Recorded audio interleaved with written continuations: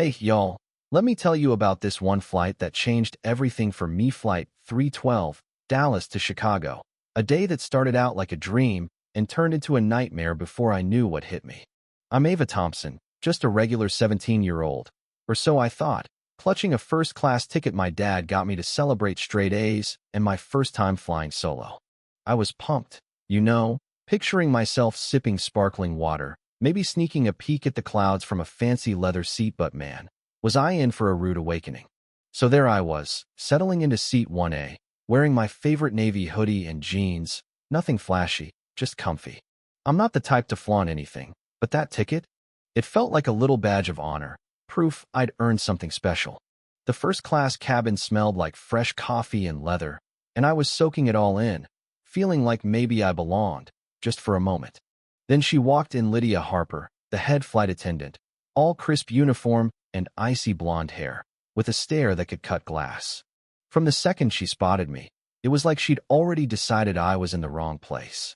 Her eyes narrowed, lips pursed, and I swear, I could feel the judgment rolling off her like a cold front. "Excuse me, miss," she said, her voice all fake polite. "Are you sure you're in the right seat?" I froze, my heart doing a little flip, but I managed to nod and handed over my boarding pass. "Seat 1A, right here," I said, trying to keep my voice steady, even though her stare was making my stomach twist. She barely glanced at the pass, just flicked her eyes back to me, like I was some kind of puzzle she didn't want to solve. "I'll need to check this," she said, her tone sharp now, like she was accusing me of sneaking in. The whole cabin went quiet, all those fancy folks in their suits and pearls suddenly pretending to read their magazines. But I could feel their eyes on me, like I was some kind of show. Before I could say another word, Lydia leaned in, her voice dropping to this cold, final whisper. "This seat's for paying first-class passengers. You'll need to move to economy now." My cheeks burned, and I wanted to sink into the floor. I mumbled something about my ticket being legit, but she wasn't hearing it. "Let's go," she snapped, and just like that, I was grabbing my backpack, my hands shaking, and shuffling down the aisle to the back of the plane. Every step felt like a walk of shame, all those eyes following me, not one person saying a word. I slid into a cramped economy seat, shoved my earbuds in, and stared out the window, trying to hold it together. I texted my dad, my fingers fumbling. She made me leave first class. Took my ticket right out of my hand. I didn't cry, not yet, but man, it hurt, like someone had ripped away a piece of me. What I didn't know then was that someone was watching, someone who wasn't about to let this slide. See, my dad, James Thompson, wasn't just some guy, the CEO of Horizon Airlines, the man who owns the whole dang plane. He was sitting in 1B, right across the aisle, in a navy suit, looking calm as ever, but inside, he was a volcano ready to erupt. He'd seen everything: Lydia's sneer, my humiliation, the way the other passengers just sat there, complicit in their silence. His phone buzzed with my text, and I swear, you could have felt the air shift. He didn't yell, didn't make a scene, he just pulled out his phone and made a call, his voice low, steady, but with this edge that could have cut steel. "This is James Thompson," he said to whoever was on the other end. "We have a problem on flight 312. Back in economy, I was trying to disappear into my music, but the sting of Lydia's words kept replaying in my head. "You don't belong." It wasn't just about the seat, it was the way she looked at me, like I was less than, like my hoodie and my quiet vibe made me an imposter. I kept thinking, why me? Why didn't she ask anyone else for their ticket? The other passengers in first class, all polished and proper, didn't get a second glance. It was just me, singled out, and it hit me hard. Maybe it was the way I looked. Maybe it was something deeper, some bias she didn't even realize she had. I typed another text to Dad. Why did she think I didn't belong? I didn't expect an answer, but I needed to get it out. Then, maybe 20 minutes later, the intercom crackled. "Lydia Harper, please report to the cockpit." The whole plane seemed to hold its breath. I pulled out an earbud, my heart pounding.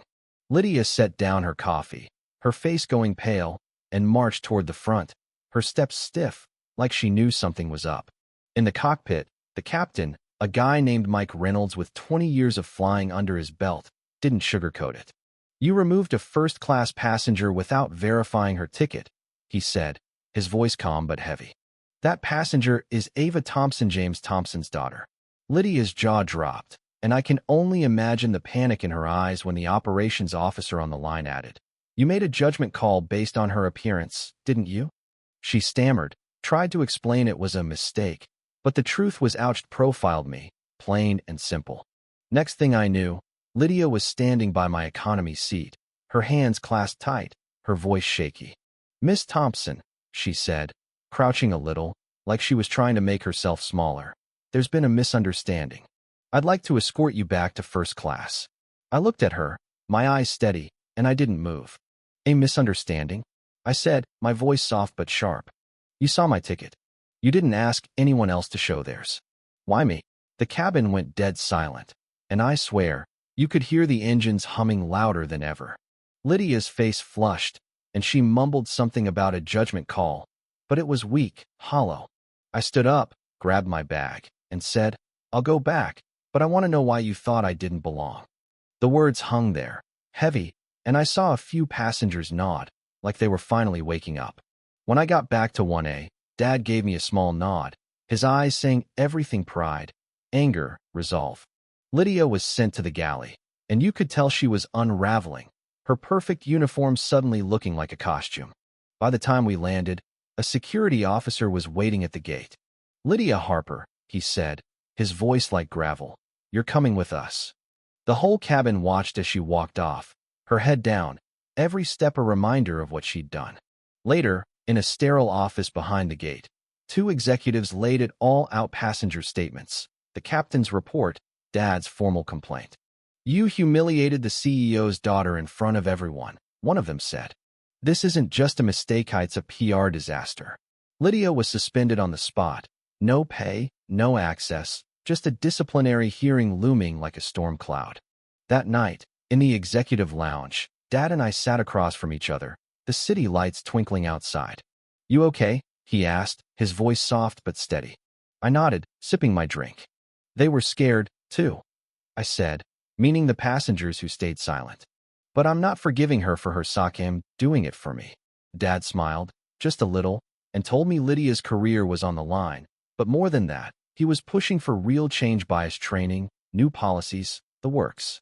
A week later, I got an email from Lydia, raw and honest, admitting her prejudice, saying she'd never meant to hurt me, but knew she had.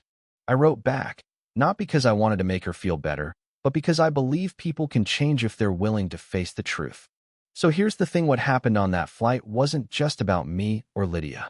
It's about all of us, about how quick we are to judge, to stay silent, to let someone else feel small. I was lucky me Dad was there, ready to move mountains, but what about everyone else who gets told they don't belong? What do you think? Where do we draw the line between a mistake and something uglier? Drop a comment, share your story, because I know I'm not the only one who's felt this. Let's talk about it.